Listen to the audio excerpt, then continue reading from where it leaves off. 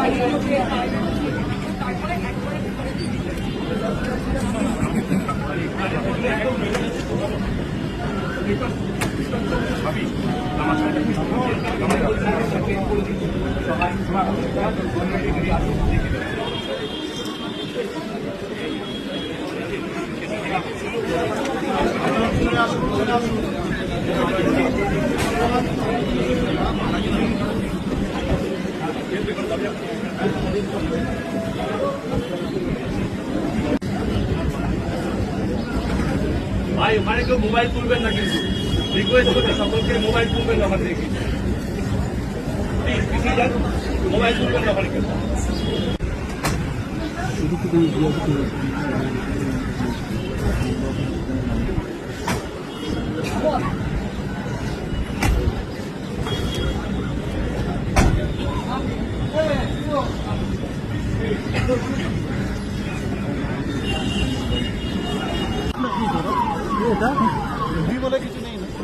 চলছে কিন্তু ঢুকে দেবো।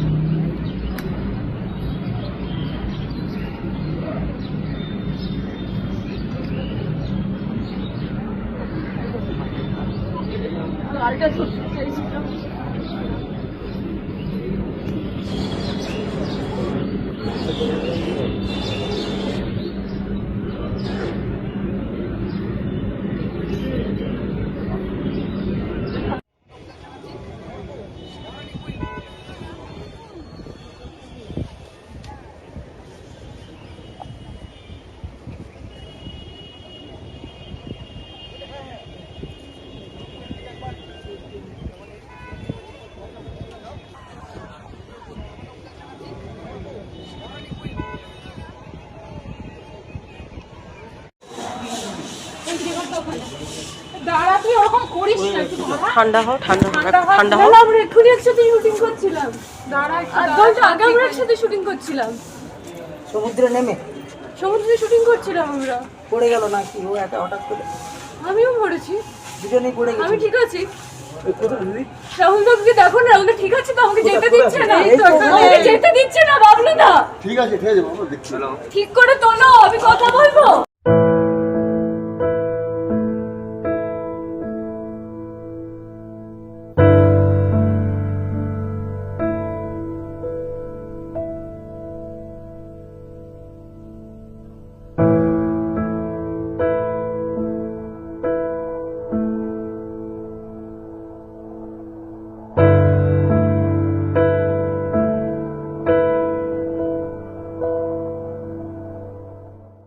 জানেন আপনারা, সবই তো শুনেছেন। আপনি তো আমার তো কাছের লোক ছিলেন রাহুল দা, তো কি হয়েছিল? সেটা থেকে কিছু করতে পারিনি, না। শুটিং চলতে চলতে হঠাৎ কি হলো, উনি কিভাবে ডুবে গেলেন কিভাবে? জলের গভীরতা বুঝতে পারিনি, নিজে কন্ট্রোল করতে পারিনি। জলে জোয়ার এসেছিল সেই সময়, আমি হসপিটালে ছিলাম। তো সবাই চেষ্টা করেছে, টেকনিশিয়ানরাও বাঁচানোর জন্য, কিন্তু অনেকটাই দেরি হয়ে গেছিলো।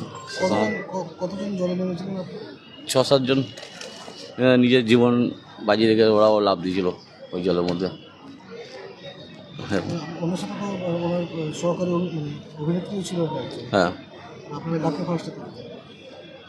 অভিনেত্রী মোটামুটি জলের ডাঙ্গা অবধি চলে এসেছিলো, উনি সুস্থ আছেন, কিন্তু প্রচুর ভেঙে আছেন। কিন্তু দাদাকে অনেকটাই দেরি হয়ে গেছে, অনেকটাই জল খেয়ে নিয়েছিল সেদিন। সাঁতার জানতেন না? হ্যাঁ, সাঁতার জানতেন না? সাঁতার জানতেন, কিন্তু সেই সময়টা হয়তো নার্ভাস হয়ে সব কিছু হারিয়ে ফেলেছেন। জল কতটা ছিল? জল ছিল, ভালো গভীরতা ছিল। যতটা আমরা মনে করছিলাম এক জায়গায় অতটা জল না বা কিছু, হঠাৎ করে গভীরতাটা বুঝতে পারা যায়নি জলের। ঢেউ এসে না, ঢেউ না, জলের স্রোত ছিল। টেনে নিয়েছিল। হ্যাঁ, জলের সঙ্গে জোয়ারটা এসেছিল।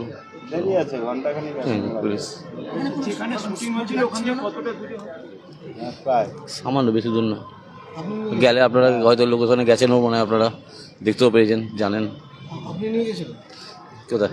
হাসপাতালে? হাসপাতালে আমি গেছিলাম, পড়াশোনার ওরা তাড়াতাড়ি করে হসপিটালে নিয়ে এসছে, পেছনে আমিও এসেছি গাড়ি করে। যখন হসপিটালে এসছে তখন শেষ। যখন আপনারা তুলেছিলেন তখন জলটা বের করা হয়েছিল, যখন আমরা চাপ দিয়ে জলটা বার করানোর চেষ্টা হয়েছে, জল বেরিয়েছিল। তারপরে শেষলেস ছিল, কিন্তু নিঃশ্বাস চলছিল, কিন্তু তারপরে রাস্তায়। আপনাদের যে এই শুটিং স্পট, ওখানে কোনো ডক্টর ছিলেন না? মেডিকেল সাপোর্ট ছিল না? ডাক্তার তো থাকে না এরকম কোনো শুটিংয়ে, আমাদের টলিউডের ডাক্তার নিয়ে তো কোনো শুটিংই হয় না। জলে নেমেছিলেন, তো এই শুটিংয়ের টাইমটা কি ছিল? বিকেল না সকাল? শুটিং তো সকাল থেকেই হচ্ছিল, যে ঘটনাটা ঘটলো ওটা সেই 5:30 নাগাদ। বিকেল? হ্যাঁ, এবার টাইমিংটা এক্সাক্ট টাইমিং তো সব কিছু বলা যায় না সে সময়টা। আচ্ছা, ড্যামিরা তো ওই যে সমুদ্রের একদম শেষের পথে, একদম শেষের পথে, লাস্ট একদম লাস্ট। তখন প্যাকআপের পথেই পুরো একদম লাস্ট পয়েন্ট।